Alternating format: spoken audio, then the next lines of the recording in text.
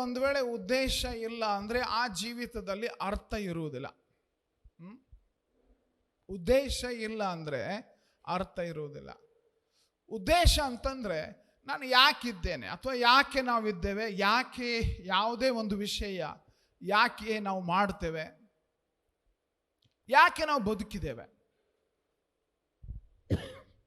ಅದನ್ನು ನಾವು ಗುರುತಿಸಿಕೊಳ್ಳದೆ ಮನಸ್ಸಿಗೆ ಬಂದಂತೆ ಒಂದು ವೇಳೆ ನಾವು ಜೀವಿಸೋದಕ್ಕೆ ಹೋಗುವಾಗ ಅರ್ಥರಹಿತವಾಗ್ತದೆ. ನಮ್ಮ ಜೀವಿತಗಳ ಒಂದು ಅರ್ಥರಹಿತ, ಉದ್ದೇಶರಹಿತ ಸನ್ನಿವೇಶದಲ್ಲಿ ನಮ್ಮನ್ನು ರಕ್ಷಿಸುವುದಕ್ಕೋಸ್ಕರ ಯೇಸು ಸ್ವಾಮಿ ತನ್ನ ಪ್ರಾಣ ಕೊಟ್ಟು ನಮ್ಮ ಜೀವಿತಗಳಿಗೆ ಅರ್ಥ ಕೊಡುವವನಾಗಿ, ನಮ್ಮ ರಕ್ಷಕನು, ನಮ್ಮ ಒಡೆಯನಾಗಿ ನಮ್ಮಲ್ಲಿ ಕಾರ್ಯ ಮಾಡ್ತಾ ಇದ್ದಾನೆ. ಹಲ್ಲೆಲೂಯಾ. ಒಂದು ವೇಳೆ ನನಗೆ ಏನು ಉದ್ದೇಶ ಗೊತ್ತಾಗ್ತಾ ಇಲ್ಲ ರೀ, ನನಗೇನು ಜೀವನದ ಅರ್ಥ ಆಗ್ತಾ ಇಲ್ಲ ರೀ, ಒಂದು ಕೆಲಸ ಮಾಡ್ಬೋದು. ಯೇಸು ಸ್ವಾಮಿಯನ್ನು ಜಸ್ಟ್ ಹಿಂಬಾಲಿಸ್ರಿ. ಯೇಸು ಸ್ವಾಮಿಯನ್ನು ಹಿಂಬಾಲಿಸ್ರಿ, ಯೇಸು ಸ್ವಾಮಿಯ ಮಾತುಗಳನ್ನು ಅನುಸರಿಸ್ರಿ, ಯೇಸು ಸ್ವಾಮಿಯ ನಡತೆಯನ್ನು ಅನುಕರಿಸ್ರಿ. ಅದರ ಪ್ರಕಾರ ಜೀವಿಸಲಾರಂಭಿಸಿದರೆ ಸಾಕು, ನಮ್ಮ ಜೀವಿತಗಳಿಗೆ ಅರ್ಥ, ಉದ್ದೇಶ ನಾವು ಪಡೆದುಕೊಳ್ಳುವುದಕ್ಕೆ ಸಾಧ್ಯವಾಗ್ತದೆ. ಆತನು ಮಾಡುವ ಪ್ರತಿಯೊಂದು ಕಾರ್ಯ ಅದು ಅರ್ಥಗರ್ಭಿತವಾದದ್ದು. ಅಪೊಸ್ತಲರ ಕೃತ್ಯ 1ನೇ ಅಧ್ಯಾಯ 8ನೇ ವಚನ ಈ ದಿವಸದ ಮುಖ್ಯ ವಚನ.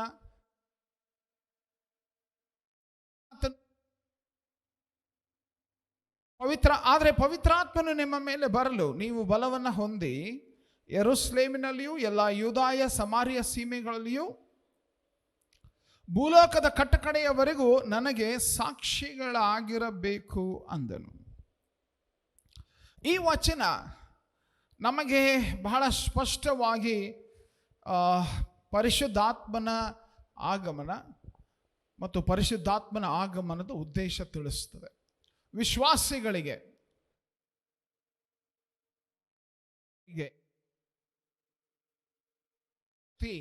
ನಮ್ಮ ಜೀವಿತಗಳಲ್ಲಿ ಬಂದು ನೆಲೆಸುವಂತಹ ಒಂದು ಭರವಸೆ ಕೊಟ್ಟಿದ್ದಾನೆ. Hallelujah, hallelujah. ಯೇಸು ಸ್ವಾಮಿಯನ್ನ ನಂಬುವ ಪ್ರತಿಯೊಬ್ಬರಿಗೆ ತಿರುಗಿ ಹೇಳ್ತಾನೆ, ಯೇಸು ಸ್ವಾಮಿಯನ್ನು ಹಿಂಬಾಲಿಸಲು ನಿರ್ಧರಿಸುವ ಪ್ರತಿಯೊಬ್ಬರಿಗೆ ಪರಲೋಕದ ಶಕ್ತಿ, ಪರಲೋಕದ ಬಲ ಬಂದು ನಮ್ಮಲ್ಲಿ ನೆಲೆಸುವಂತೆ ಆತನು ವಾಗ್ದಾನ ಮಾಡಿದ್ದಾನೆ, ಭರವಸೆ ಕೊಟ್ಟಿದ್ದಾನೆ. ಆ ಕಾರ್ಯ ನಾವು ಈ ಒಂದು ಪಂಚಾಶತಮ ದಿನದಿಂದ ಅದು ನಡೆಯುತ್ತಾ ಇರುವಂಥದ್ದನ್ನು ನಾವು ಕಾಣ್ತೇವೆ. ಹಲ್ಲೆಲೂಯಾ. ನಮ್ಮ ಬಲದಿಂದ ನಾವು ಜೀವಿಸುವವರಲ್ಲ, ಆತನ ಬಲದಿಂದ, ಆತನ ಬಲ ನಮ್ಮನ್ನು ಬಲಪಡಿಸುವ ಆತನ ಬಲದಲ್ಲಿ ನಾವು ಜೀವಿಸುವಂಥವರಾಗಿದ್ದೇವೆ. ನಾವು ಸ್ವಬಲ, ಸ್ವಶಕ್ತಿ, ಸ್ವಸಾಮರ್ಥ್ಯದಿಂದ ಈ ಜೀವಿತ ಜೀವಿಸುವುದಕ್ಕಾಗಿ ಆತನು ನಮ್ಮನ್ನು ಕರೆದಿಲ್ಲ. ಆತನು ಕೊಡುವ ಶಕ್ತಿ, ಆತನು ಕೊಡುವ ಬಲ, ಆತನು ಕೊಡುವ ಸಾಮರ್ಥ್ಯ ಈ ಜೀವಿತ ಜೀವಿಸುವುದಕ್ಕಾಗಿ ನಮ್ಮನ್ನು ಸನ್ನದ್ಧರನ್ನಾಗಿ ಮಾಡ್ತದೆ. ಅದಕ್ಕಾಗಿ ಆತನು ಆ ಪರಿಶುದ್ಧಾತ್ಮನನ್ನು ನಮಗೆ ಕೊಟ್ಟಿದ್ದಾನೆ. Hallelujah, hallelujah. ಈ ವಚನ ನಾವು ಬಹಳ ಸಾರಿ ನಾವು ಓದ್ತೇವೆ. ವಾಕ್ಯ ತಿಳಿಸ್ತದೆ, ಪರಿಶುದ್ಧ ಆತ್ಮನು ನಿಮ್ಮ ಮೇಲೆ ಬರಲು ನೀವು ಬಲವನ್ನು ಹೊಂದಿ ನೀವು ಸಾಕ್ಷಿಗಳಾಗ್ತೀರಿ. ಎಲ್ಲ ಕಡೆಗೆ ನೀವು ಸಾಕ್ಷಿಗಳಾಗ್ತೀರಿ. ಇಲ್ಲಿ ಅನೇಕರು ನಾವಿದ್ದೇವೆ, ನಮ್ಮ ಒಂದು ಸ್ಥಿತಿ ಏನಪ್ಪ ಅಂದರೆ ಈ ಬಲವನ್ನು ಹೊಂದಿದ್ದೇವೆ, ಆದರೆ ಬಲದ ಉದ್ದೇಶ ಗೊತ್ತಿಲ್ಲ. ಯಾಕೆ ಬಲ ಹೊಂದಿದ್ದೇವೆ ಅಥವಾ ಯಾವ ಕಾರಣಕ್ಕಾಗಿ ಆತನು ನಮ್ಮನ್ನು ಆತ್ಮನ ಬಲದಿಂದ ತುಂಬಿಸಿದನು ಅದಕ್ಕಾಗಿ ತಲೆ ಕೆಡಿಸ್ಕೊಳ್ಳುವುದಿಲ್ಲ. ಅನ್ಯೋನ್ಯತೆಯಲ್ಲಿ ಬೇಕಂತ ಕೇಳಿದೆವು, ಎಲ್ಲರೂ ಪ್ರಾರ್ಥಿಸ್ತಾ ಇದ್ದರು, ನಾವು ಪ್ರಾರ್ಥಿಸಿದೆವು, ಆತನು ನಮ್ಮನ್ನು ನಡೆಸಿದನು, ಆಯಿತು, ಅಷ್ಟೇ ಆಯಿತು. ಆದರೆ ಈ ಅಭಿಷೇಕವನ್ನು ಯಾಕೆ ಆತನು ನಮಗೆ ಕೊಟ್ಟನು, ಈ ಬಲವನ್ನು ನಮಗೆ ಯಾಕೆ ಕೊಟ್ಟನು, ಅದನ್ನು ನಾವು ಸಮಯ ಕೊಟ್ಟು ಯೋಚಿಸುವುದಕ್ಕೆ ಹೋಗುವುದಿಲ್ಲ. ಸೊ ಯಾರಿಗೆ ಅದರ ಉದ್ದೇಶ ಗೊತ್ತಿಲ್ಲ, ಯೋಚನೆ ಮಾಡ್ರಿ. ಯಾರಿಗೆ ಆ ಆತ್ಮನ ಅಭಿಷೇಕದ, ಆತ್ಮನ ಬಲದ ಉದ್ದೇಶ ಗೊತ್ತಿಲ್ಲ, ಯಾಕೆ ಆ ಅಭಿಷೇಕವನ್ನು ಕೊಟ್ಟನು, ಅನ್ನುವಂತಹ ಆ ಒಂದು ಸಂಗತಿ ವಿಶ್ವಾಸಿಗಳಾದವ್ರಿಗೆ ಅನೇಕರಿಗೆ ಗೊತ್ತಿಲ್ಲ. ಯಾರಿಗೆ ಗೊತ್ತಿಲ್ಲವೋ ಅವರನ್ನು ದೇವರು ಉಪಯೋಗಿಸೋದಕ್ಕಾಗುವುದಿಲ್ಲ. ನೆನ್ಪಿಟ್ಕೊಳ್ಳಿ, ಪರಿಶುದ್ಧಾತ್ಮನ ಅಭಿಷೇಕದ ಉದ್ದೇಶ ನಾವು ಅದನ್ನು ತಿಳಿದುಕೊಳ್ಳದೆ ಹೋದ್ರೆ, ಅದನ್ನು ನಾವು ಅರ್ಥ ಮಾಡಿಕೊಳ್ಳದೆ ಹೋದ್ರೆ, ಯಾವ ಉದ್ದೇಶಕ್ಕಾಗಿ ಆತನನ್ನು ಅಭಿಷೇಕಿಸಿದ್ದಾನೆ ಅದನ್ನು ತಿಳ್ಕೊಳ್ಳದೆ ಹೋದರೆ ನಮ್ಮನ್ನು ಆತನು ಉಪಯೋಗಿಸುವುದಕ್ಕೆ ಸಾಧ್ಯ ಇಲ್ಲ. ಈ ದಿವಸ ನಾವು ಆ ಪರಿಶುದ್ಧಾತ್ಮನ ಅಭಿಷೇಕದ ಉದ್ದೇಶವನ್ನು ನಾವು ವಿಶೇಷವಾಗಿ ಗಮನಿಸೋಣ. ಫಸ್ಟ್, ಪರಿಶುದ್ಧಾತ್ಮನ ಅಭಿಷೇಕ ಏನು ಅಲ್ಲ ಅಂತ ತಿಳ್ಕೊಳ್ಬೇಕು. ಓಕೆ, ಪರಿಶುದ್ಧಾತ್ಮನ ಅಭಿಷೇಕ ಏನು ಅಲ್ಲ. ಯಾಕಂದ್ರೆ ಅನೇಕರಿಗೆ ಏನು ಅದು ಅಂತ ಗೊತ್ತಿದೆ, ಬಟ್ ಏನು ಅಲ್ಲ ಅನ್ನುವಂಥದ್ದನ್ನು ತಿಳ್ಕೊಳ್ಳೋದು ಭಾಳ ಇಂಪಾರ್ಟೆಂಟ್, ಭಾಳ ಮುಖ್ಯವಾದದ್ದು. ಪರಿಶುದ್ಧಾತ್ಮನ ಅಭಿಷೇಕ ಇದೊಂದು ನಾನು ಕೊಚ್ಚಿಕೊಳ್ಳುವ ಅಥವಾ ಕೊಚ್ಚಿಕೊಳ್ತಾ ನಾನು ಅಭಿಷೇಕಿಸಲ್ಪಟ್ಟಿದ್ದೇನೆ ಅಂತ ಒಂದು ವೇಳೆ ಕೊಚ್ಚಿಕೊಳ್ಳುವುದಕ್ಕೋಸ್ಕರ ಇರುವ ಒಂದು ಸಾಧನ ಅಲ್ಲ. ಓಕೆ, ನಾನು ಜನರ ಮುಂದೆ ನಾನು ಪರಿಶುದ್ಧಾತ್ಮನ ಅಭಿಷೇಕ ಹೊಂದಿ ಅನ್ಯ ಭಾಷೆ ಮಾತಾಡುವ ಒಬ್ಬ ವಿಶ್ವಾಸಿ ಅಂತ ಮಹಾ ಸಾಧನೆ ಮಾಡಿದ್ದೇನೆ ಅಂತ ಹೇಳಿಕೊಳ್ಳುವ ಸಂಗತಿ ಪರಿಶುದ್ಧಾತ್ಮನ ಅಭಿಷೇಕ ಅಲ್ಲ. ಅಂದರೆ ಇದು ಪ್ರದರ್ಶನಕ್ಕಾಗಿ ನಮ್ಮ ಜೀವಿತದಲ್ಲಿ ನಾವು ಶೋ ಆಫ್ ಮಾಡುವುದಕ್ಕೋಸ್ಕರ ಪ್ರದರ್ಶನಕ್ಕಾಗಿ ಇಡಲಾಗಿರುವ ಒಂದು ಬಿರುದು ಅಲ್ಲ ಇದು. ಓಕೆ, ಇದು ಆ ರೀತಿಯಾದಂಥ ಒಂದು ಪ್ರದರ್ಶನಕ್ಕಾಗಿ ಇಡಲಾಗಿರುವ ಬಿರುದು ಅಲ್ಲ. ಅಥವಾ ಇದು ಒಂದು ಆಟ ಆಡುವುದಕ್ಕೋಸ್ಕರ, ವಿಶ್ವಾಸಿಗಳು ಆಟ ಆಡುವುದಕ್ಕೋಸ್ಕರ ಕೊಡಲ್ಪಟ್ಟ ಕೈಗೊಂಬೆ ಅಲ್ಲ ಇದು. ಗೊಂಬೆಯೂ ಕೂಡ ಅಲ್ಲ ಇದು. It's not a toy. ಪರಿಶುದ್ಧಾತ್ಮನ ಅಭಿಷೇಕ ಇದು ಒಂದು ಆಟದ ಗೊಂಬೆ ಅಲ್ಲ. ಅಥವಾ ಇದು ಪರಿಶುದ್ಧಾತ್ಮನ ಅಭಿಷೇಕ ಅಂತ ಹೇಳುವಾಗ ಇದು ಕೂಡಿಸಿಟ್ಟುಕೊಳ್ಳಬೇಕಾದಂಥ ಸಂಪತ್ತು ಅಲ್ಲ.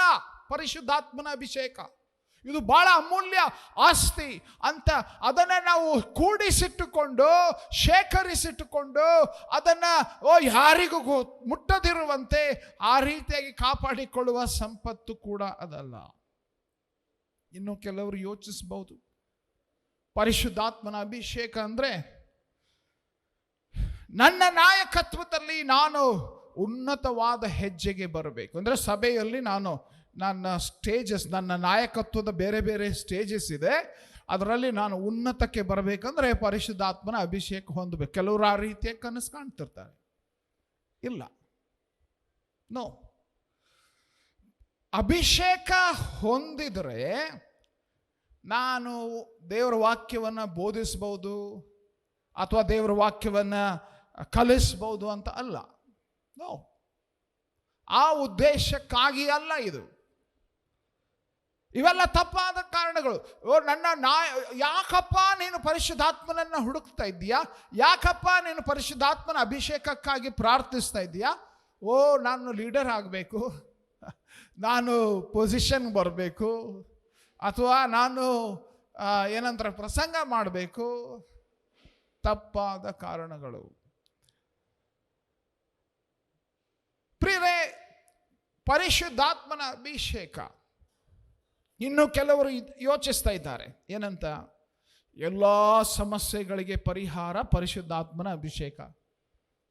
ಎಲ್ಲ ಸಮಸ್ಯೆಗಳಿಗೆ ಪರಿಹಾರ ಪರಿಶುದ್ಧಾತ್ಮನ ಅಭಿಷೇಕ. ಇಲ್ಲ, ಎಲ್ಲ ಸಮಸ್ಯೆಗಳಿಗೆ ಪರಿಹಾರ ಪರಿಶುದ್ಧಾತ್ಮನ ಅಭಿಷೇಕ ಅಲ್ಲ. ದಯವಿಟ್ಟು ಗಮನಿಸ್ರಿ. ನೀನು ಪರಿಶುದ್ಧಾತ್ಮನಿಂದ ತುಂಬಿಸಲ್ಪಡುವಾಗ, ಬಲದಿಂದ ತುಂಬಿಸಲ್ಪಡುವಾಗ, ಅನ್ಯ ಭಾಷೆಗಳ ವರದಿಂದ ನೀನು ಆ ಒಂದು ಅನುಭವ ಹೊಂದಲು ಆರಂಭಿಸುವಾಗ ನಿನ್ನ ಎಲ್ಲ ಸಮಸ್ಯೆಗಳು ಮಾಯವಾಗುತ್ತವೆ ಅಂತ ಯೋಚನೆ ಮಾಡಬೇಡ. ಮಾಯ ಆಗುವುದಿಲ್ಲ. ಅಭಿಷೇಕ ಹೊಂದಿದ್ದಾಗ ನೀನು ಒಬ್ಬ ಏನಂತಾರೆ ಮಹಾ ವ್ಯಕ್ತಿ ಆಗುತ್ತಿ ಇಲ್ಲ, ನೀನು ಒಬ್ಬ ಮಹಾ ವ್ಯಕ್ತಿ ಆಗುವುದಿಲ್ಲ. ಯಾಕಂದ್ರೆ ನಿನ್ನನ್ನು ಮಹಾ ವ್ಯಕ್ತಿ ಮಾಡೋದಕ್ಕೋಸ್ಕರ ಪರಿಶುದ್ಧಾತ್ಮನ ಅಭಿಷೇಕ ಕೊಡಲ್ಪಟ್ಟಿಲ್ಲ. ಯೋಚನೆ ಮಾಡ್ರಿ. ಇನ್ನು ಕೆಲವರು ಒಂದು ವೇಳೆ ಪರಿಶುದ್ಧಾತ್ಮನ ಅಭಿಷೇಕ ಅಂತ ಹೇಳುವಾಗ ಇದು ಕ್ರಿಸ್ತಿಯ ಅನುಭವದ ಉನ್ನತ ಅನುಭವ ಅಂತ, ಇದು ಹೈಯೆಸ್ಟ್. ಓಕೆ, ರಕ್ಷಣೆ ಹೊಂದಿದೆ, ದೀಕ್ಷಾಸ್ನಾನ ತೆಗೆದುಕೊಂಡೆ, ಈಗ ಪರಿಶುದ್ಧಾತ್ಮನ ಅಭಿಷೇಕ ಹೊಂದಿದ್ದೇನೆ. ಸೊ ನನ್ನ ಸ್ಟೆಪ್ಸ್ನಲ್ಲಿ, ನನ್ನ ಈ ಉನ್ನತಕ್ಕೆ ಹೋಗುವ ಪ್ರಯಾಣದಲ್ಲಿ, ನನ್ನ ಬೆಳವಣಿಗೆಯ ಪ್ರಯಾಣದಲ್ಲಿ ಇದು ಲಾಸ್ಟ್ ಆ್ಯಂಡ್ ಫೈನಲ್, ಕೊನೆಯ ಹಂತ ಇಲ್ಲ. ಇದು ಕೊನೆಯ ಹಂತ ಅಲ್ಲ, ಕೊನೆಯ ಹಂತ ಅಲ್ಲ. ಪ್ರಿಯರೇ, ಕ್ರಿಸ್ತಿಯ ಜೀವಿತದ ಗುರಿ ಪರಿಶುದ್ಧಾತ್ಮನ ಅಭಿಷೇಕ ಅಲ್ಲ. ದಯವಿಟ್ಟು ಯೋಚನೆ ಮಾಡ್ರಿ ಇದನ್ನು. ಓಕೆ, ಕ್ರಿಸ್ತಿಯ ಜೀವಿತದ ಗುರಿ ನಾವು ಪರಿಶುದ್ಧಾತ್ಮನ ಅಭಿಷೇಕ ಹೊಂದಬೇಕು ಅನ್ನುವಂಥದ್ದೇ, ಅದೊಂದೇ ನಮ್ಮ ಗುರಿ ಅಲ್ಲ. ಆದರೆ ಇದು ದೇವರು ನಮ್ಮ ಜೀವಿತದಲ್ಲಿಟ್ಟಿರುವ ಶ್ರೇಷ್ಠವಾದ ಉದ್ದೇಶಕ್ಕೆ, ಶ್ರೇಷ್ಠವಾದ ಯೋಜನೆಗೆ, ಆ ಶ್ರೇಷ್ಠವಾದ ಆ ದೇವರ ಯೋಜನೆ ಏನಿದೆಯೋ ಆ ಗುರಿಗೆ ಸಾಧಿಸುವುದಕ್ಕೋಸ್ಕರ ಇರುವ ಅತ್ಯಂತ ಶ್ರೇಷ್ಠವಾದ ಸಾಧನ ಪರಿಶುದ್ಧಾತ್ಮನ ಅಭಿಷೇಕ. ಆ ದೇವರ ಗುರಿ ಮುಟ್ಟುವುದಕ್ಕೋಸ್ಕರ, ನಮ್ಮ ಜೀವಿತದಲ್ಲಿ ದೇವರಿಟ್ಟಿರುವ ಗುರಿಯನ್ನು ಮುಟ್ಟುವುದಕ್ಕೋಸ್ಕರ, ಎಚ್ಚರಿಕೆಯಿಂದ ಮಾತು ಕೇಳ್ರಿ, ನಮ್ಮ ಜೀವಿತದಲ್ಲಿ ದೇವರು ಇಟ್ಟಿರುವ ಶ್ರೇಷ್ಠವಾದ ಉದ್ದೇಶ ಮತ್ತು ಯೋಜನೆ ಮತ್ತು ಗುರಿ, ಅದನ್ನು ತಲುಪುವುದಕ್ಕೋಸ್ಕರ ಅಭಿಷೇಕ ಶ್ರೇಷ್ಠವಾದ ಸಾಧನ. Hallelujah, hallelujah. ಅದೊಂದು ಶ್ರೇಷ್ಠವಾದ ಸಾಧನ. ಸೊ ಅನೇಕ ಕಾರಣ ವಿಷಯಗಳನ್ನ ನಾವು ನೋಡ್ತಾ ಇದ್ದೇವೆ. ಪರಿಶುದ್ಧಾತ್ಮನ ಅಭಿಷೇಕ ಅಂತ ಹೇಳುವಾಗ ಅನೇಕರ ಯೋಚನೆಗಳು ಏನೆಲ್ಲ ಹೊಂದಿರುತ್ತದೆ ಎಂಬುದಾಗಿ. ಇನ್ನು ಕೆಲವರು ನಾನು ಆತ್ಮಭರಿತ ವ್ಯಕ್ತಿ, I am an anointed servant, ನಾನು ಅಭಿಷಕ್ತ ಅಂತ ಹೇಳಿಕೊಳ್ಳುವುದಕ್ಕಾಗಿ ಒಂದು ಶಾಶ್ವತವಾದ ಗೌರವ, ಓಕೆ, ಏನಂತಾರೆ, ಅದು ಒಂದು ಪರ್ಮನೆಂಟ್ ಪ್ರಿವಿಲೇಜ್, ನನಗೆ ಶಾಶ್ವತವಾದ ಗೌರವ, ನಾನು ಅಭಿಷಕ್ತನು ಅಂತ ಹೇಳಿಕೊಳ್ಳೋದಕ್ಕೋಸ್ಕರ ಕೊಡಲ್ಪಟ್ಟ ಶಾಶ್ವತವಾದ ಗೌರವ ಇದಲ್ಲ.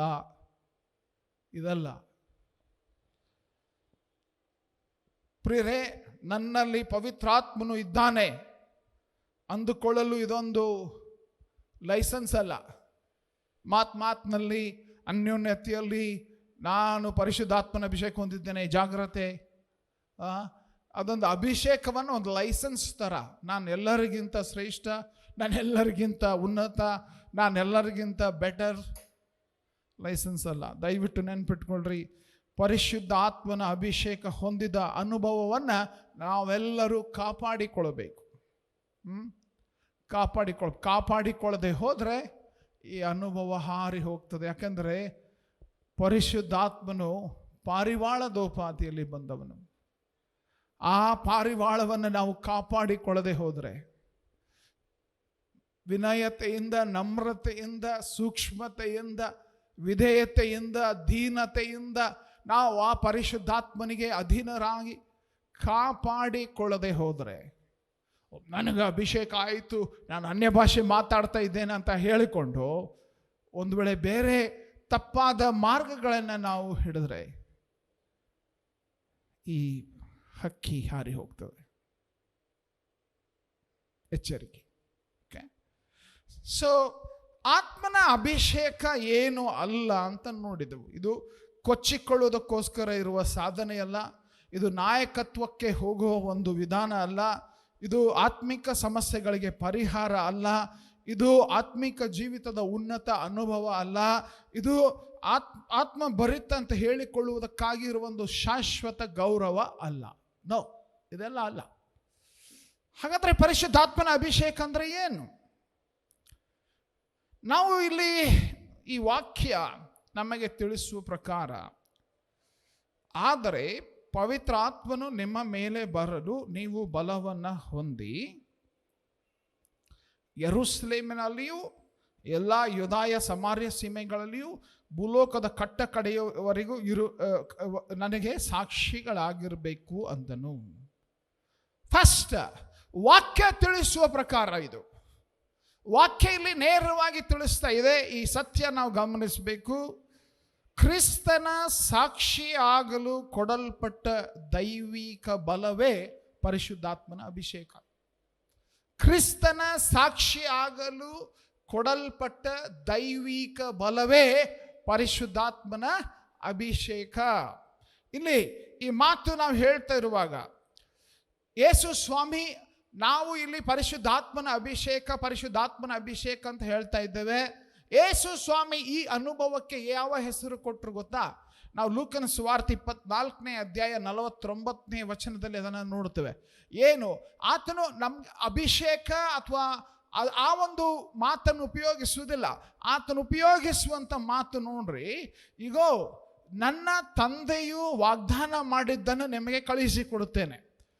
ದೇವರು ಮೇಲನ ಲೋಕದಿಂದ ನಿಮಗೆ, ಓದ್ರಿ ಅದನ್ನು ಎಲ್ಲರೂ ಸೇರಿ, ದೇವರು ಮೇಲನ ಲೋಕದಿಂದ ನಿಮಗೆ, ಪರಿಶುದ್ಧಾತ್ಮನ ಅಭಿಷೇಕ ಏನು ಗೊತ್ತಾ? ಪರಲೋಕದ ದೇವರು ನಮ್ಮೆಲ್ಲರ ಮೇಲೆ ತನ್ನ ಶಕ್ತಿಯನ್ನ ಹೊದಿಸುವ ಕಾರ್ಯ. ಹಲ್ಲೆಲೂಯಾ. ಶಕ್ತಿಯ ಶಾಲ್ ಹಾಕ್ತಿರ್ತೇವೆ, ನೆನಪಿದೆಯಲ್ಲ? ಶಾಲ್ ಹಾಕ್ತಿರ್ತೇವೆ. ಆ ಹಾಕಿದ ಒಂದು 5 ನಿಮಿಷದಲ್ಲಿ ವಾಪಸ್ ಅದನ್ನು ತೆಗೆದು ಬಿಡ್ತೇವೆ, ರೈಟ್? ಮತ್ತು ಅದು ಕೆಲವೊಂದು ಸಾರಿ ರೀಸೈಕಲ್ ಕೂಡ ಆಗ್ತಿರ್ತೈತಿ. ನೆಕ್ಸ್ಟ್ ಬಂದವರು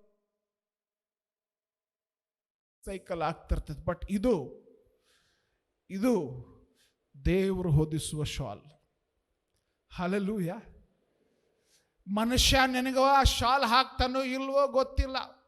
ಶಾಲ್ ಹಾಕಿ ಟೊಪಿಗೆ ಹಾಕಿಸ್ಕೊಂಡು ನಾವು ಕೆಲವರು ಮೋಸ ಹೋದವರು ಇರಬಹುದು. ನಿಮಗೆ ಗೊತ್ತಿದೆ ಏನೆಲ್ಲ ಗತಿ ಆಗ್ತದಂತ.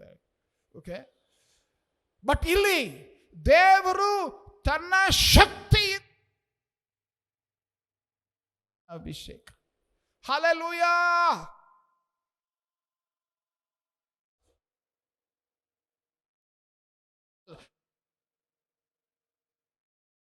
ಇಲ್ವಾ ಗೊತ್ತಿಲ್ಲ, ಬಯಸ್ತಿರ್ತೇವೆ ನಾವು ಕೆಲವರು. ಈ ಶಾಲ್ ಚೆನ್ನಾಗಿತ್ತು, ಅದು ಬೆಳೆ ಚೆನ್ನಾಗಿರಲಿಲ್ಲ, ಇದು ಬಂಗಾರದಂಗಿತ್ತು, ಏನು ವಾ ಇವೆಲ್ಲ ನಾವು ಮಾತಾಡ್ಕೊಳ್ತಿರ್ತೇವೆ. ಅದು ಚಲೋ, ಇದು ಚಲೋ.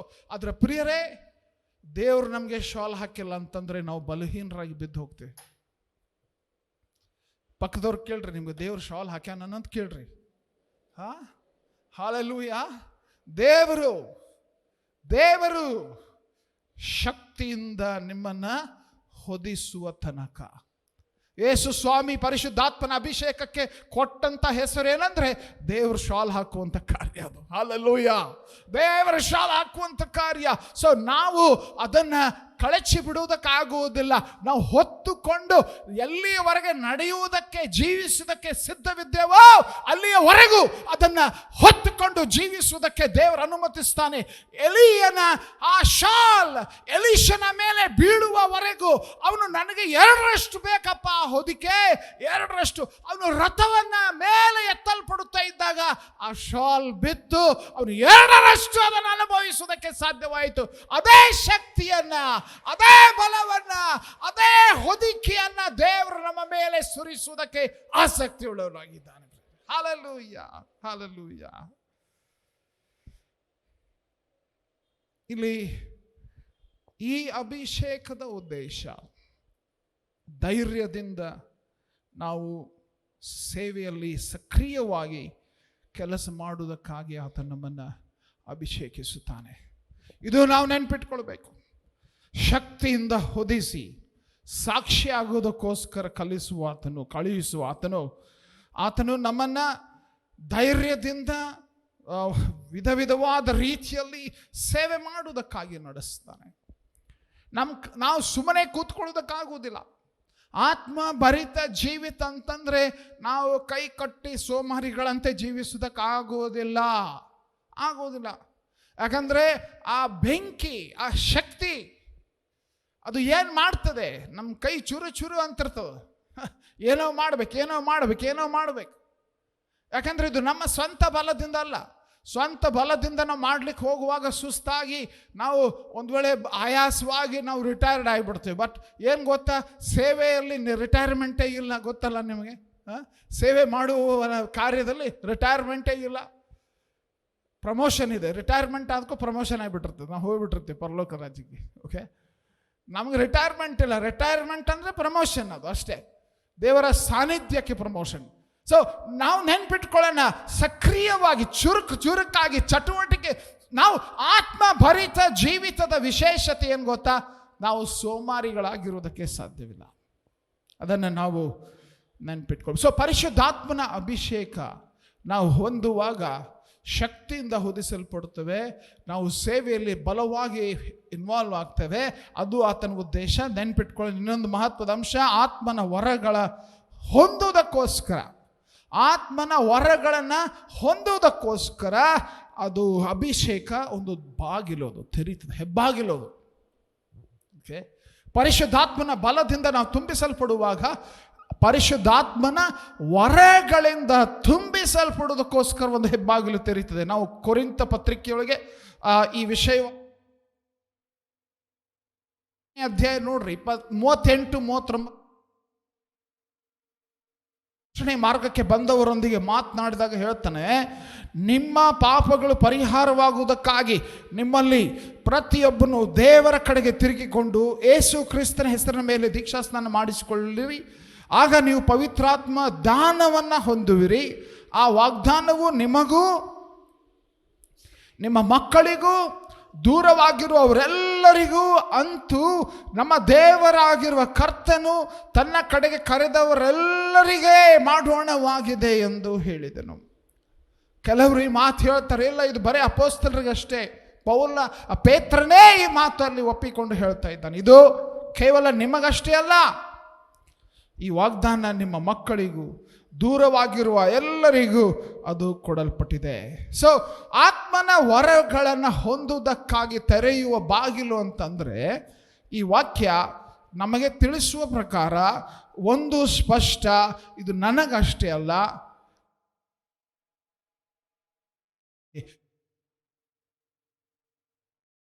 ಹಲ್ಲೆಲೂಯ. ಈ ಅಭಿಷೇಕ ನಿನಗಾಗಿ ಅಷ್ಟೇ ಅಲ್ಲ, ನೆನ್ಪಿಟ್ಕೋ, ಈ ಅಭಿಷೇಕ ಕೇವಲ ನಿನಗಾಗಿ ಅಷ್ಟೇ ಅಲ್ಲ, ಪರಿಶುದ್ಧಾತ್ಮನ ಬಲ ಇದು ಕುಟುಂಬದ ಪ್ರತಿಯೊಬ್ಬ ಸದಸ್ಯರು ಕೂಡ ಹೊಂದುವುದಕ್ಕಾಗಿ ದೇವರ ಉದ್ದೇಶ ಇದೆ. ಇದು ಪರಿಶುದ್ಧಾತ್ಮನ ಒಂದು ಶಕ್ತಿಯ ಕಾರ್ಯದ ವಿಶೇಷತೆ. ಅಷ್ಟು ಮಾತ್ರವಲ್ಲ, 1 ಕೊರಿಂಥದ 12ನೇ ಅಧ್ಯಾಯ 8ನೇ ವಚನದಿಂದ ನಾವು ಓದುವಾಗ ಈ ಹೆಬ್ಬಾಗಿಲು ತೆರೀತದೆ. ಅಭಿಷೇಕದ ಮುಖಾಂತರ ಒಂದು ಬಾಗಿಲು ತೆರೀತದೆ. ಯಾವ ಬಾಗಿಲದು? ಅದು ದೇವರ ಆತ್ಮನ ಕೊಡುವ ವರಗಳ ಗೋಡೌನ್ ಬಾಗಿಲದು. ಓಕೆ, ಗೋಡೌನ್ ಬಾಗಿಲದು. ಆ ಗೋಡೌನ್ ತೆರೆಯುವಾಗ, ಒಳಗಡೆ ಹೋಗುವಾಗ ಏನು ಗೊತ್ತಾ, ಅಲ್ಲಿ ವರಗಳಿದೆ. ಒಬ್ಬೊಬ್ಬರಿಗೋಸ್ಕರ, ನಮ್ಮೊಬ್ಬೊಬ್ಬರಿಗೋಸ್ಕರ ಆತನು ವರಗಳನ್ನಿಟ್ಟಿದ್ದಾನೆ. ಏನದು?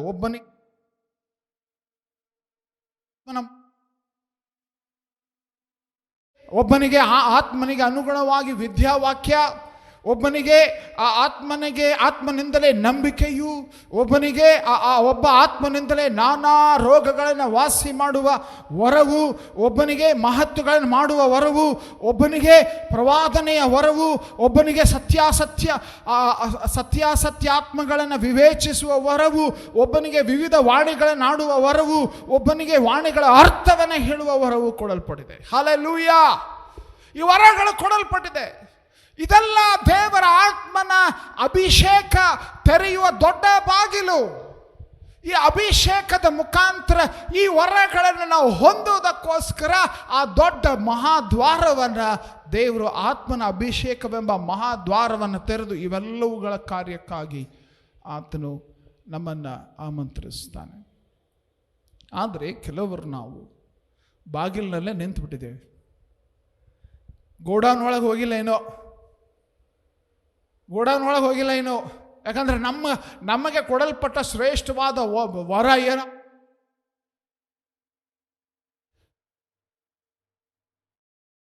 ಏನಾಯಿತು? ಸತ್ಯಾಸತ್ಯತೆಗಳನ್ನು ವಿವೇಚಿಸುವ ವರವೇನಾಯಿತು? ನಂಬಿಕೆ ವರವೇನಾಯಿತು? ವಾಣಿಗಳ ಅರ್ಥ, ಅನ್ಯ ಭಾಷೆಯ ಅರ್ಥವನ್ನ ಹೇಳುವ ವರ ಏನಾಯಿತು? ನಾವು ಬಾಗಿಲು ನಿಂತುಬಿಟ್ಟಿದ್ದೇವೆ. ಬಾಗಿಲಿನಲ್ಲಿ ನಿಂತ್ಬಿಟ್ಟಿದ್ದೇವೆ, ಅಭಿಷೇಕ ಆಗಿದೆ, ಅಭಿಷೇಕ ಆಗಿದೆ, ಅಭಿಷೇಕ ಆಗಿದೆ. ಅದಕ್ಕಿಂತ ಹೆಚ್ಚಿಲ್ವಾ? ಗೋಡೌನ್ ಬಾಗಿಲ್ರಿ ಅದು, ಗೋಡೌನಿನ ಬಾಗಿಲದು. ನಮ್ಮ ಆತ್ಮೀಕ ಹಸಿವೆ ಏನಾಗಿದೆ ಅಂದ್ರೆ ಬಾಗಿಲಿನಲ್ಲಿ ನಿಂತೇನು ಸಾಕು ನನಗೆ. ಯಾರು ನಿಂದಿರ್ತಾರೆ ಬಾಗಿಲ್ನಾಗ? ನೀವು ದೇವಸ್ಥಾನ ಅಲ್ಲಿ ಇಲ್ಲಿ ಹೋದ್ರೆ ಬಾಗಿಲ್ನಾಗ ಯಾರು ನಿಂತಿರ್ತಾರ್ರಿ? ನಿಮ್ಗೆ ಅರ್ಥ ಆಗ್ತದೆ ಯಾರು ನಿಂತಿರ್ತಾರಂತ. ಓಕೆ, ಒಳಗೆ ಬನ್ರಿ. ಹಾಲೆಲೂಯ, ಒಳಗೆ ಬನ್ರಿ. ಅಭಿಷಕ್ತರೇ ಒಳಗೆ ಬನ್ರಿ. ಪಕ್ಕದವ್ರಿಗೆ ಹೇಳ್ರಿ, ಅಭಿಷೇಕ ಹೊಂದಿದ್ರೆ ದೇವ್ರು ನಿಮ್ಗೆ ಶಾಲ್ ಹಾಕಿದ್ರೆ ಒಳಗೆ ಬನ್ರಿ ಅಂತ ಹೇಳ್ರಿ. ಹಾಲೆಲೂಯ, ಒಳಗೆ ಬನ್ರಿ. ಅಲ್ಲಿ ಗೋಡೌನ್ ಅದು ವರಗಳಿಂದ ತುಂಬಿರುವ ಗೋಡೌನ್ ಅದು. ಆ ವರಗಳನ್ನು ಹೊಂದಿಕೊಂಡು ದೇವರ ರಾಜ್ಯದ ಕೆಲಸಗಳನ್ನು, ಉನ್ನತವಾದ ಕೆಲಸಗಳನ್ನು ಮಾಡುವುದಕ್ಕಾಗಿ ಆತನು ಕರೀತಾ ಇದ್ದಾನೆ. ನಮಗೆ ಬಾಗಿಲ್ನಾಗ ನಿಂತೇವೆ, ದೊಡ್ಡ ಹೆಮ್ಮೆ. ನಾವು ಅಭಿಷಕ್ತರು. ಏನು ಅಭಿಷಕ್ತರು? ಗೋಡೌನ್ ಗಾರ್ಡ್ ಅಷ್ಟೇ. ನೀವು ಗೋಡೌನ್ ಗಾರ್ಡ್ಗಳು ಇಷ್ಟೇನಾ? ಒಂದು ವೇಳೆ 25 ವರ್ಷ ನಾವು ದಾಟಿದ್ದೇವೆ ಗೋಡೌನ್ ಗಾರ್ಡ್ಗಳ ಕೆಲಸ ಮಾಡ್ತಾ. ಗೋಡೌನ್ ಗಾರ್ಡ್ ಕೆಲಸ ಮಾಡ್ತಾ 25 ವರ್ಷ ಆಗಿದೆ ನಮ್ದು.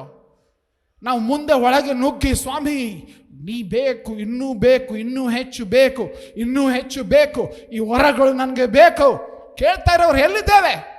ಎಲ್ಲಿದ್ದೇವೆ ನಾವು? ಹಸಿವೆ ಎಲ್ಲಿದೆ? ಆತ್ಮನ ಶಕ್ತಿ, ಆತ್ಮನ ಬಲಕ್ಕೆ ಸಂಬಂಧಪಟ್ಟಂತೆ ಪರಿಶುದ್ಧಾತ್ಮನು ನಮಗೋಸ್ಕರ ಕಾಯ್ದಿಟ್ಟಿರುವ ವರಗಳಿಗೆ ಸಂಬಂಧಪಟ್ಟಂತೆ ನಮ್ಮಲ್ಲಿ ಆಸಕ್ತಿ ಇಲ್ಲವೋ? ಭಾರ ಇಲ್ಲವೋ?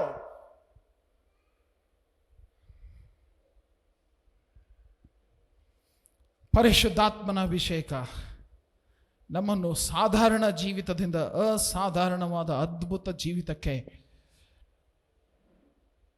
ನಡೆಸುವ ಒಂದು ಹೊಸ್ತಿಲಷ್ಟೇ. ಅದು ಹೊಸ್ತಿಲ ದಾಟಿರಲ್ಲ. ಯಾವಾಗಾದ್ರೂ ಒಮ್ಮೆ ಏನೋ ಒಂದು ಅದ್ಭುತ ಆಗಿರ್ತದೆ. ಯಾಕಂದ್ರೆ ಅದು ಸಣ್ಣ ಮಕ್ಕಳಿದ್ದಾಗ ಕುಂಟಾಪಿಲ್ಲಿ ಆಡ್ತಿರ್ತಾರೆ, ಹಿಂಗೆ ಜಿಗಿದು ಹಿಂಗೆ ವಾಪಸ್ ಮಾಡೋದು ಅಂಥ ಕೆಲಸ ಅದು. ಹೊಸ್ತಿಲು ಹಿಂಗೆ ಜಿಗಿದು ಬಿಟ್ರು, ಅವಾಗ ಅದ್ಭುತ ಆಯಿತು, ಮತ್ತೆ ವಾಪಸ್ ಹೋಗ್ಬಿಟ್ರು ಅಲ್ಲೇ ಹೊಸ್ತಿಲ್ದ ಹೊರಗಡೆ. ಗೇಟ್ ಕೀಪರ್ ಕೆಲಸ, ಗೇಟ್ ಕೀಪರ್ ಕೆಲಸ. ಅಯ್ಯಯ್ಯೋ, ಈ ದಿವಸ ಪರಿಶುದ್ಧಾತ್ಮನ ಒಂದು ವಿಶೇಷವಾದ ಅಪೇಕ್ಷೆ ಏನು ಗೊತ್ತಾ? ಸಭೆಯಲ್ಲಿ ಪ್ರವಾದಿಗಳೆದ್ದೇಳಬೇಕಾಗಿದೆ. ಸಭೆಯಲ್ಲಿ ರೋಗ ಸೌಖ್ಯತೆಯ ವರಗಳುಳ್ಳವರು ಎದ್ದೇಳಬೇಕಾಗಿದೆ. ಸಭೆಯಲ್ಲಿ ಅಭಿಷಕ್ತರಾದ ಸತ್ಯಗಳನ್ನು ವಿವೇಚಿಸುವಂತ ಜನರು ಬೇಕಾಗಿದೆ. ಪರಿಶುದ್ಧಾತ್ಮನ ಭರಿತರಾದವರು ಅನ್ಯ ಭಾಷೆಗಳ ಅರ್ಥವನ್ನು ಹೇಳುವಂತ ಜನರ ಅವಶ್ಯಕತೆ ಇದಾಗಿದೆ. ಆತನು ಹೊಸ್ತಿಲು ದಾಟಿ ಒಳಗೆ ಬನ್ರಿ ಅಂತ ಈ ದಿವಸ ನಮ್ಮನ್ನು ಕರೀತಾ ಇದ್ದಾನೆ. Hallelujah, hallelujah, hallelujah. ಪ್ರಿಯರೇ, ಸಾಮಾನ್ಯವಾದ ಜೀವಿತದಿಂದ ಅಸಾಮಾನ್ಯವಾದ ಜೀವಿತಕ್ಕೆ, ಸ್ವಾಭಾವಿಕವಾದ ಸ್ಥಿತಿಯಿಂದ ಅಸ್ವಾಭಾವಿಕವಾದ ಅದ್ಭುತವಾದ ಜೀವಿತಕ್ಕೆ ಆತನು ನಮ್ಮನ್ನು ಕರೆಯುತ್ತಾ ಇದ್ದಾನೆ. ಪುನರುತ್ಥಾನವಾದ ಯೇಸುವಿನ ಅದ್ಭುತಗಳ ಒಂದು ವಿಶೇಷವಾಗಿ ಆ ಒಂದು ಹೊದಿಕೆ ಏನಿದೆ ಅಲ್ಲ, ಶಾಲ್, ನಾವು ಪ್ರತಿಯೊಬ್ಬರು ಹೊಂದಿರಬೇಕು.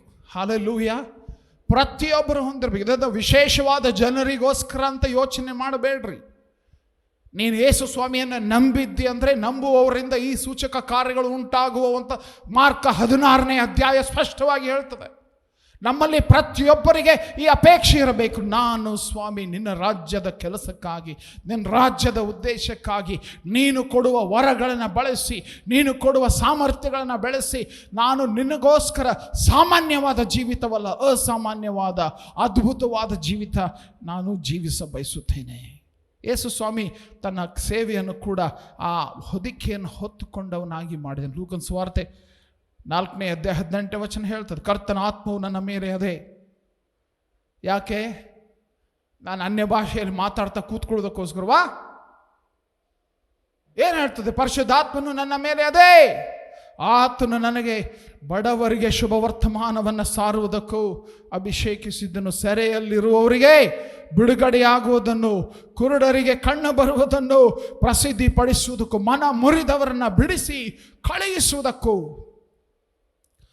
ಕರ್ತನು ನೇಮಿಸಿದ ಶುಭ ವರ್ಷವನ್ನು ಕರ್ತನು ನೇಮಿಸಿದ ಶುಭ ವರ್ಷವನ್ನು ಪ್ರಚುರಪಡಿಸುವುದಕ್ಕೂ ಆತ ನನ್ನನ್ನು ಕಳುಹಿಸಿದ್ದಾನೆ.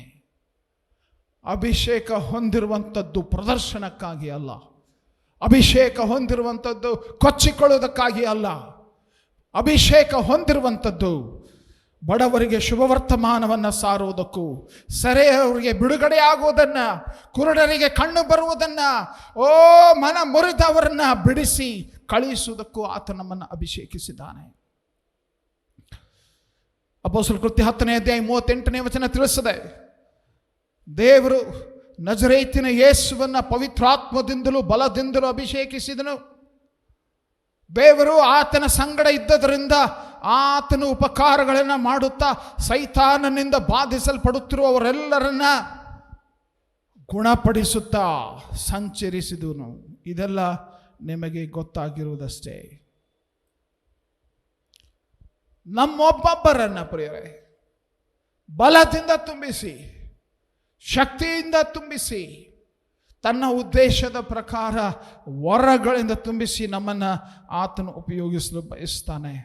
ಇನ್ಫ್ಯಾಕ್ಟ್ ಯೇಸು ಸ್ವಾಮಿ ಇದನ್ನು ತನ್ನ ಶಿಷ್ಯರಿಗೆ ವರ್ಗಾಯಿಸ್ತಾನೆ. ಯಾವ ಆತ್ಮನನ್ನು ಆತನು ಹೊಂದಿದನೋ, ಯಾವ ಬಲದಿಂದ ಆತನು ತುಂಬಿಸಲ್ಪಟ್ಟನೋ, ಅದೇ ಆತ್ಮನನ್ನು ಆತನು ವರ್ಗಾಯಿಸ್ತಾನೆ. ಯೋಹಾನನ ಸುವಾರ್ತೆ 10ನೇ ಅಧ್ಯಾಯ 21ನೇ ವಚನ ನೋಡ್ರಿ.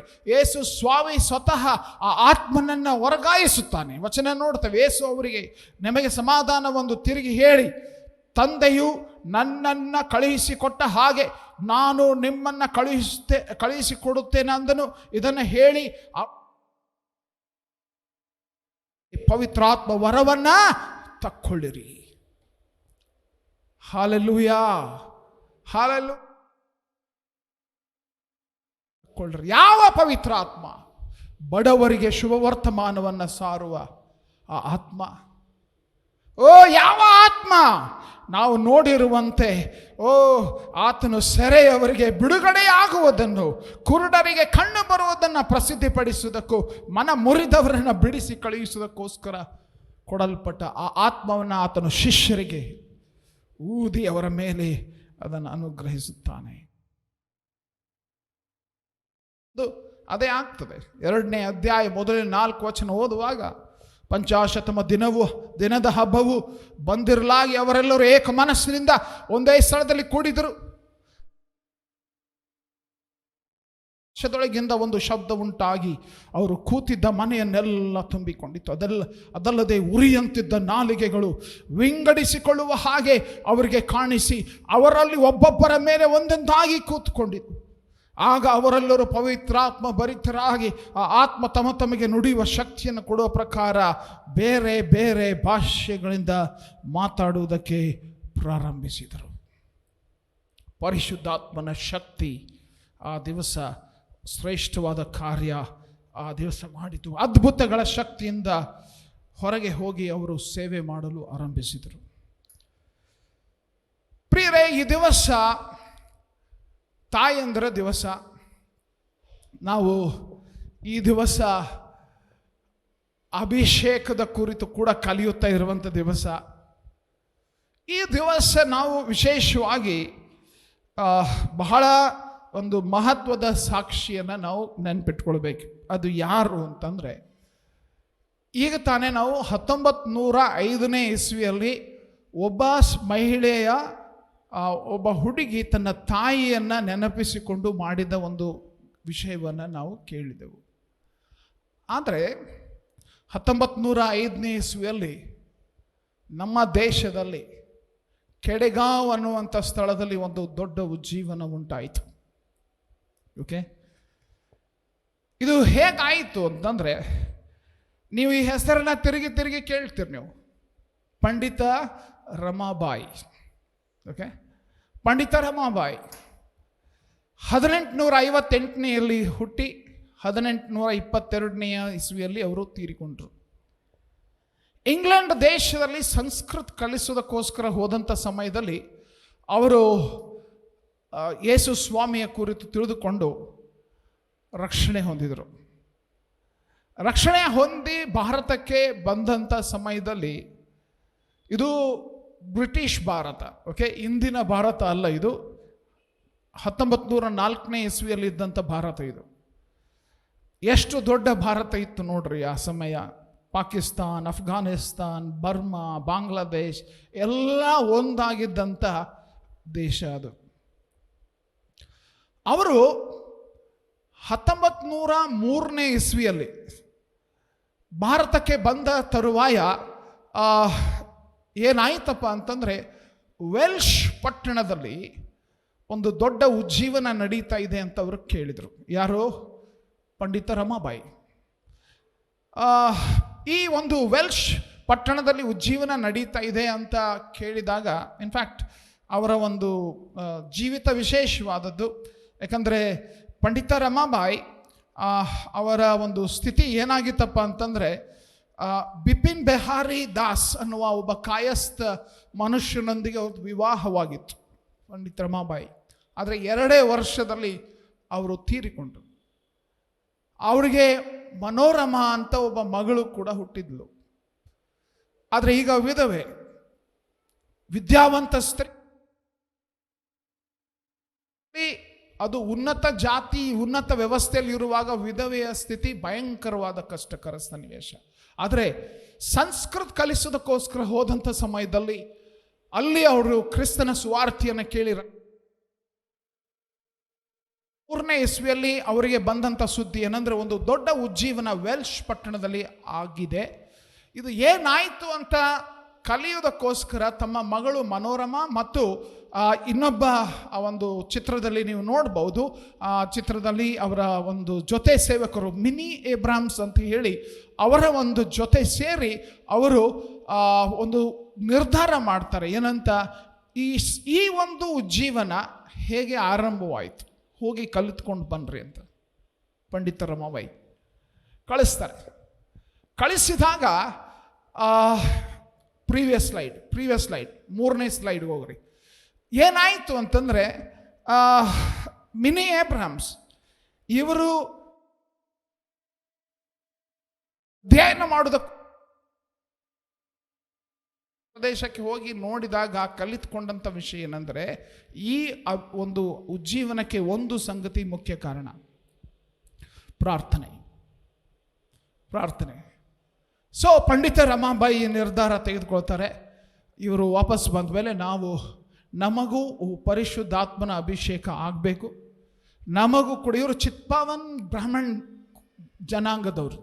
ಪಂಡಿತ ರಮಾಬಾಯಿ ಮರಾಠಿ ಭಾಷಿಕ ಚಿತ್ಪಾವನ್ ಬ್ರಾಹ್ಮಣರು, ವಿಶ್ವಾಸಿಯಾಗಿದ್ದಾರೆ, ಯೇಸು ಸ್ವಾಮಿನ ನಂಬಿದ್ದಾರೆ. ಈ ನಿರ್ಧಾರ ತೆಗೆದುಕೊಳ್ತಾರೆ, ನಾವೆಲ್ಲ ಈ ದಿನದಿಂದ ಪ್ರಾರ್ಥನೆ ಆರಂಭಿಸೋಣ ಅಂತ.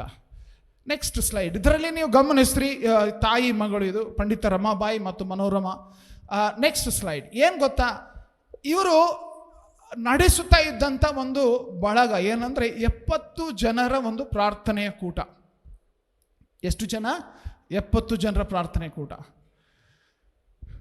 ಬೆಳಿಗ್ಗೆ ಈ 70 ಜನರಿಂದ ಆರಂಭವಾದ ಪ್ರಾರ್ಥನೆ ಪ್ರತಿದಿನ ಅವರು ಒಟ್ಟುಗೂಡಿ ಎಲ್ಲ ಭಾರತೀಯ ಕ್ರೈಸ್ತರು ನಿಜವಾದ ಮಾನಸಾಂತರ ಹೊಂದುವುದಕ್ಕಾಗಿ ಪ್ರಾರ್ಥಿಸ್ತಾ ಇದ್ದಾರೆ.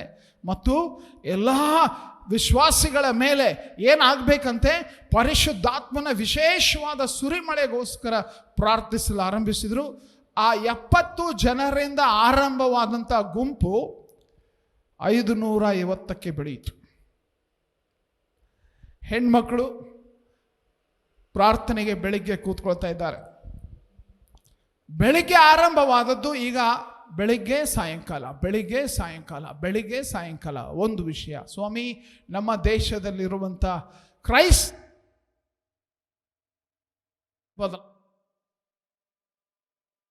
ತುಂಬಿಸು.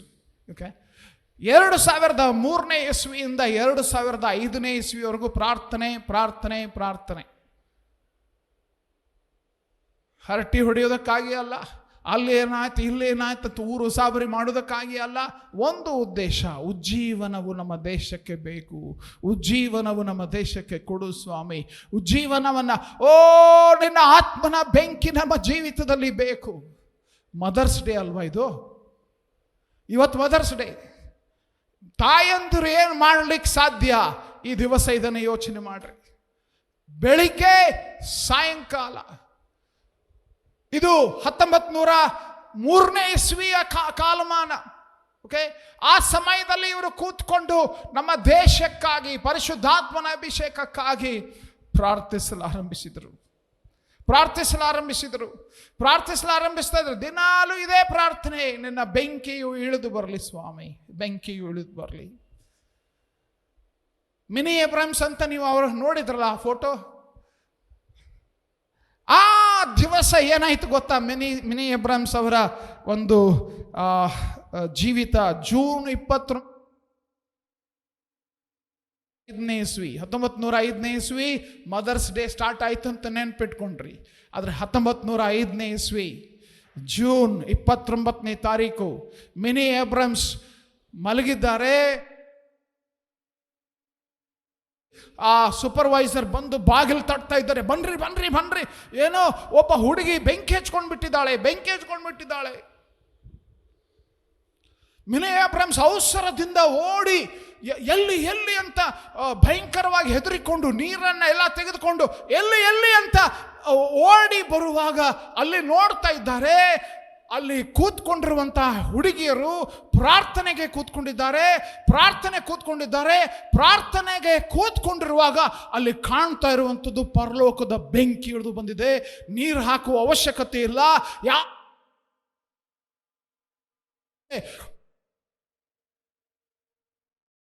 ಶತಮ ದಿನದಲ್ಲಿ ಆದಂತಹ ಬೆಂಕಿ.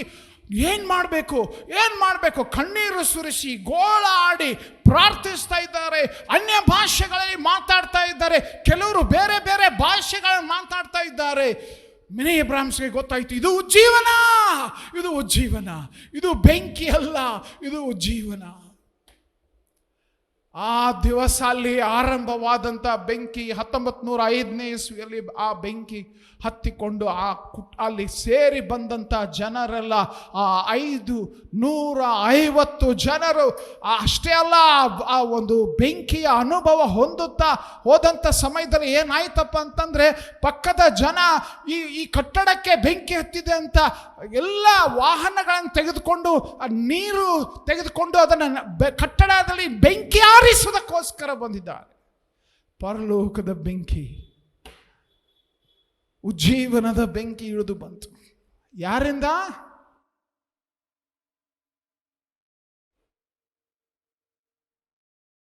ತಾಯಂದಿರು. ಪ್ರಾರ್ಥನೆಗೆ ಕುಳಿತಂತ ತಾಯಂದಿರು.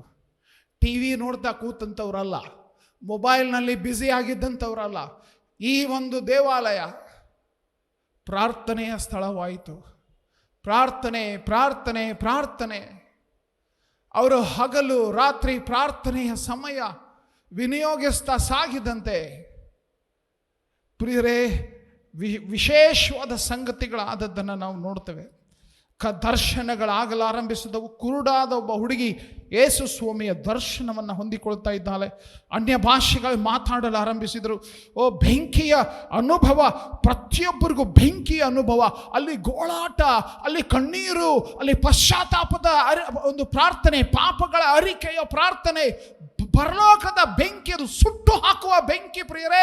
ಬೆಚ್ಚಗೆ ಕುಳಿಸಿಕೊಳ್ಳುವುದಕ್ಕೆ ಬಿಡುವುದಿಲ್ಲ ಆ ಬೆಂಕಿ. ಅದು ನಮ್ಮ ದೇಹದೊಳಗಿರುವ, ನಮ್ಮ ಆತ್ಮಗಳಲ್ಲಿ ಇರುವ ಅಶುದ್ಧವಾದದ್ದನ್ನು ಸುಟ್ಟು ಹಾಕುವ ಬೆಂಕಿ. ಆ ದಿವಸ ಅಲ್ಲಿ ಅದು ಹರಡಲಾರಂಭಿಸಿತು. ಏನ್ ಗೊತ್ತಾ, ಅಲ್ಲಿ ಆ ಬೆಂಕಿಯ ಕಾರ್ಯ, ಆ ಆತ್ಮನ ಕಾರ್ಯ ಅಲ್ಲಿ ಸಾಗ್ತಾ ಇದ್ದಂತೆ ಕೆಲವರು ಹೊಸ ಹೊಸ ಹಾಡುಗಳನ್ನು ರಚಿಸ್ತಾ ಇದ್ದಾರೆ. ಕೆಲವರು ಏನ್ ಗೊತ್ತಾ, ಅವರ ಜೀವಿತದಲ್ಲಿದ್ದಂಥ ದುರಾತ್ಮಗಳು ಬಿಟ್ಟು ಹೋಗ್ತಾ ಇದೆ. ಆ ಕೂಟದಲ್ಲಿ ಅಲ್ಲಿ ನಡೆಯುತ್ತಾ ಇದ್ದಂಥ ಪ್ರಾರ್ಥನೆಯಲ್ಲಿ ಆಗ್ತಾ ಇದ್ದಂಥ ವಿಶೇಷತೆ ಏನ್ ಗೊತ್ತಾ, ಅಲ್ಲಿ ಕೆಲವರು ಪರಿಶುದ್ಧಾತ್ಮ ಭರಿತರಾಗಿ ಪ್ರವಾದಿಸ್ತಾ ಇದ್ದಾರೆ. ಆ ರೀತಿಯಾದ ಕಾರ್ಯ ಅಭಿಷೇಕದ ನಿಮಿತ್ತ. ಕೆಲವರು ದೇಶಕ್ಕೋಸ್ಕರ ಪ್ರಾರ್ಥನೆ. ಕೆಲವರ ಪ್ರಾರ್ಥನೆಯ ಸಮಯ ಎಷ್ಟು ಗೊತ್ತಾ? ಪ್ರಾರ್ಥನೆಗಾಗಿ ಅವರು ಕುಳಿತುಕೊಳ್ತಾ ಇದ್ದಂಥ ಸಮಯ ಎಷ್ಟು ಗೊತ್ತಾ?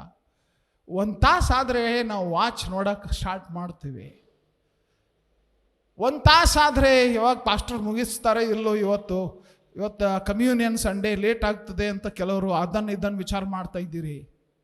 ಏನು ಗೊತ್ತಾ, 15 ತಾಸು 17 ತಾಸು ಸಾಮಾನ್ಯವಾಗಿ ಅವರು ಭಾರತಕ್ಕಾಗಿ ಪ್ರಾರ್ಥಿಸೋದಕ್ಕೋಸ್ಕರ ಕೂತ್ಕೊಂಡ್ರು. ಉಜ್ಜೀವನ ಪ್ರಿಯರೇ, ವಾಕ್ಯ ಹೇಳ್ತದೆ, ಇಂತಹ ಒಂದು ಪ್ರಾರ್ಥನೆಯ ಸಂಗತಿ ಅದರ ವಿವರಣೆ ಯಾವ ರೀತಿಯಾಗಿ ಪ್ರಾರ್ಥನೆ ನಡೀತಾ ಇತ್ತು ಅನ್ನೋಂಥ ವಿವರಣೆ ಈ ರೀತಿಯಾಗಿ ವಿವರಿಸ್ತಾರೆ.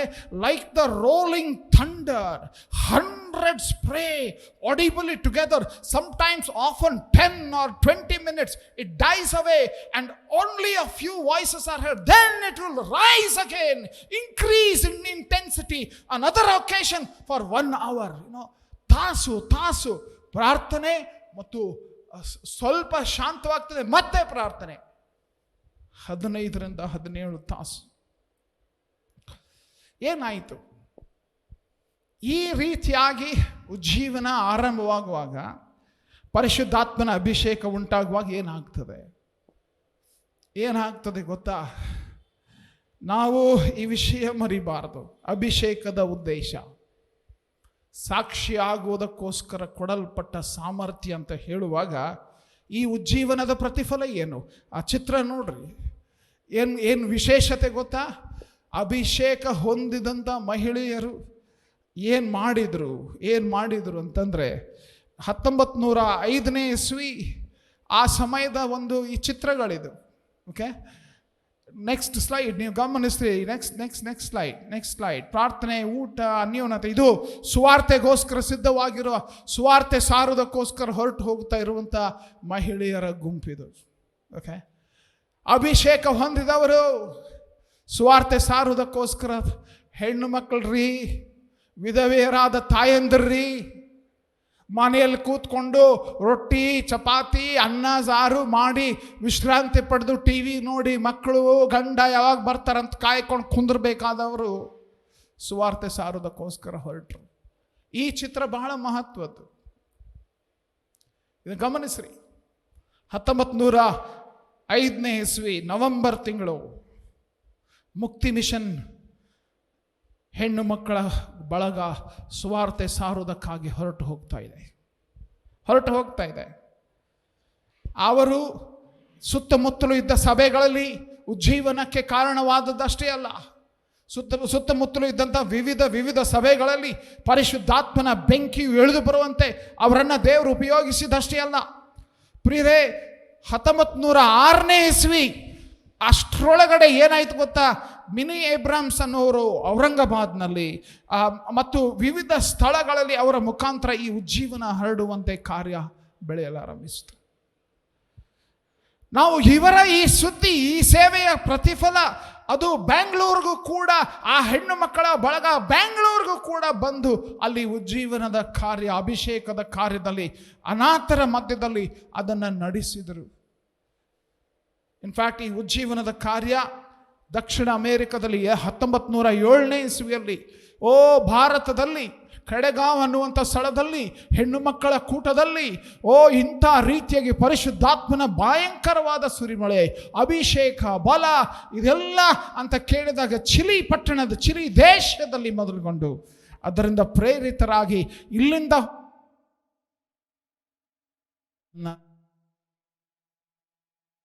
ಕೊಡ್ರಿ ಹೆಣ್ಣು ಮಕ್ಕಳು ಕೂಡಿ ಪ್ರಾರ್ಥಿಸಲು ಆರಂಭಿಸುವಾಗ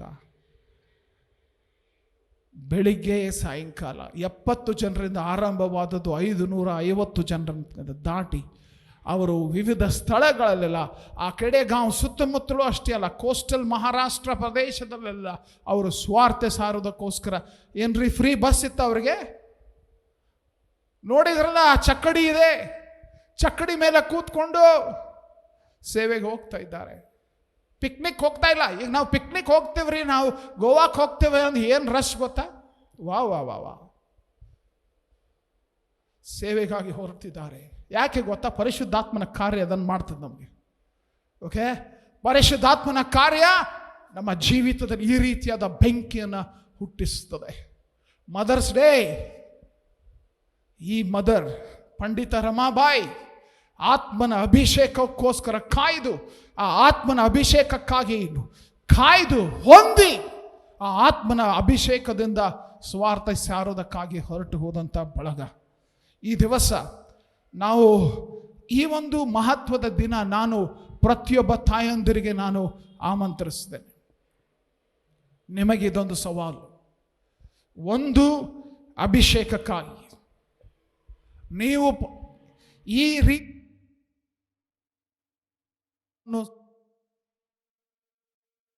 ಇಸ್ವಿಯಲ್ಲಿ ಸ್ಟಾರ್ಟ್ ಮಾಡಿದ ಅಂತ ಹಾಗೆ ದಯವಿಟ್ಟು ನೆನ್ಪಿಟ್ಕೊಳ್ರಿ, ದೇವರು ಎಂಥ ಶ್ರೇಷ್ಠವಾದ ಕಾರ್ಯ ಮಾಡ್ತಾನೆ.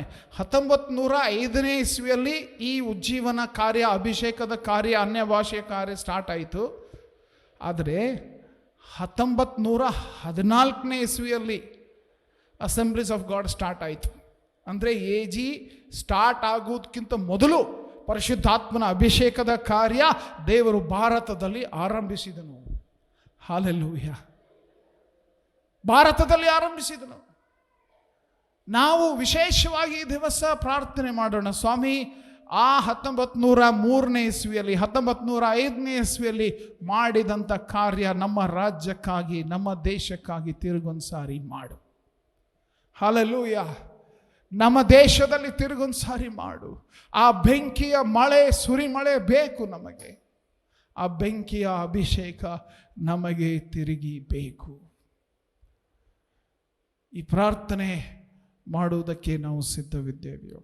ಎಸ್ಪೆಷಲಿ ಈ ದಿವಸ ಒಬ್ಬ ತಾಯಿ, ಪಂಡಿತ ರಮಾಬಾಯಿ, ಸಂಸ್ಕೃತ ಭಾಷೆಯ ಪಂಡಿತರು, ಮರಾಠಿ ಭಾಷೆಯಲ್ಲಿ ಬೈಬಲ್ ಭಾಷಾಂತರ ಮಾಡಿದಂತಹ ಪಂಡಿತ ರಮಾಬಾಯಿ, ಪರಿಶುದ್ಧಾತ್ಮನ ಆಗಮನ, ಪರಿಶುದ್ಧಾತ್ಮನ ಕಾರ್ಯಕ್ಕೆ ಆ ಹೆಬ್ಬಾಗಿಲನ್ನು ತೆರೆದಂಥ ಪಂಡಿತ ರಮಾಬಾಯಿ ಈ ದಿವಸ ನಮ್ಮಲ್ಲಿ ಅನೇಕರಿಗೆ ಪ್ರೇರಣೆಯಾಗಿ, ಸ್ವಾಮಿ ನನಗೆ ಈ ಕಾರ್ಯ, ಈ ಬಲ ಬೇಕು. ಇದಕ್ಕಿಂತ ದೊಡ್ಡ ಕಾರ್ಯ ಯಾವುದಿದೆ?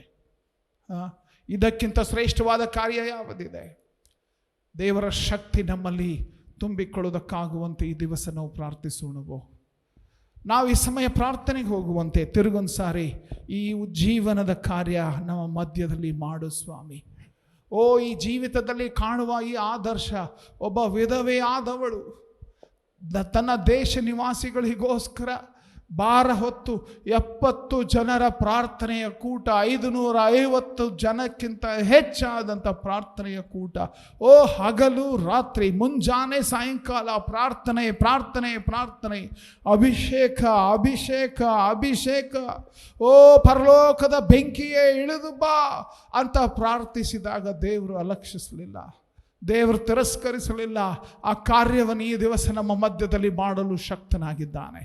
ಒಂದು ವೇಳೆ ಈ ದಿವಸ ನಾನು ಆ ತಾಯಂದರಿಗೆ ಮಾತ್ರ ಆಮಂತ್ರಿಸ್ತೇನೆ, ನೀವು ತಾಯಿಯಾಗಿ ಈ ಬಲ, ಈ ಶಕ್ತಿ ನನಗೆ ಬೇಕು, ನಾನು ಅಭಿಷೇಕ ಹೊಂದಿ ಸೇವೆ ಮಾಡುತ್ತೇನೆ, ಅಭಿಷೇಕ ಹೊಂದಿ ಮನೆಯಲ್ಲಿ ಕೂತ್ಕೊಳ್ತೇನಲ್ಲ.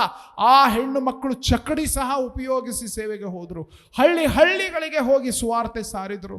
ಈ ದಿವಸ ನಮಗೆ ಅಭಿಷೇಕ ಹೊಂದಿರುವಂಥವ್ರು ಆ ಬೆಂಕಿಯನ್ನು ಹೊಂದಿ ಬೆಚ್ಚಗೆ ಕುಳಿತುಕೊಳ್ಳೋದಕ್ಕೋಸ್ಕರ ಆತನು ಕರೀತಾ ಇಲ್ಲ, ಹೊರಟು ಹೋಗುವುದಕ್ಕೋಸ್ಕರ ಶಕ್ತಿ ಕೊಡುತ್ತಾ ಇದ್ದಾನೆ, ಬಲ ಕೊಡುತ್ತಾ ಇದ್ದಾನೆ ಅಂತ ತಾಯಂದಿರನ್ನು ನಾನು ಆಮಂತ್ರಿಸ್ತೇನೆ. ನೀವಿರುವ ಸ್ಥಳದಲ್ಲಿ ನಿಂತುಕೊಳ್ರಿ, ಸೇವೆಗಾಗಿ ನಾನು ಹೊರಡುತ್ತೇನೆ. ಉಚಿತ ಬಸ್ಗಳಿದೆ, ಉಚಿತ ಅನೇಕ ಸಾಧನಗಳಿದೆ, ಆದರೆ ಹೋಗುವವರೆಲ್ಲಿದ್ದಾರೆ? Hallelujah hallelujah, hallelujah hallelujah.